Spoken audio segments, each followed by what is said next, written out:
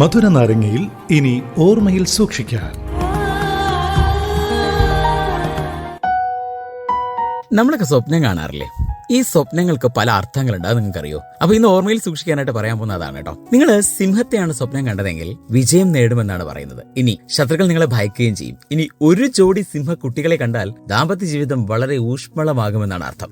ആനയെ സ്വപ്നം കണ്ടാലോ ഐശ്വര്യവും സന്തോഷവും വർദ്ധിക്കും. ഇനി അതേസമയത്ത് അത് 2 ആനകളായാലോ ദാമ്പത്യ ജീവിതം ഊഷ്മളമായി മാറും.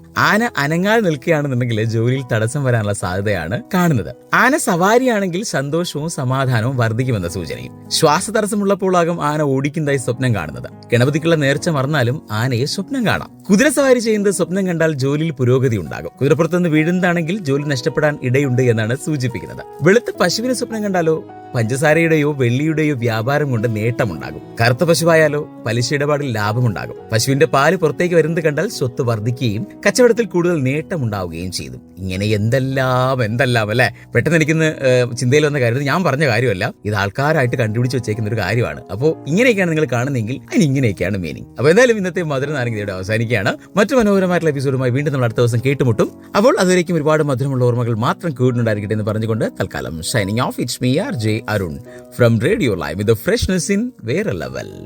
കേൾക്കൂ റേഡിയോ ലൈവിൽ മധുര നാരങ്ങ തിങ്കൾ മുതൽ വ്യാഴം വരെ വൈകിട്ട് 5 മണി മുതൽ 7 മണി വരെ RJ അരുണിനൊപ്പം. റേഡിയോ ലൈവ് UK മലയാളികളുടെ പ്രിയപ്പെട്ട റേഡിയോ സ്റ്റേഷൻ. ഇത് ഫ്രഷ്നെസ് ഇൻ വേറെ ലെവൽ.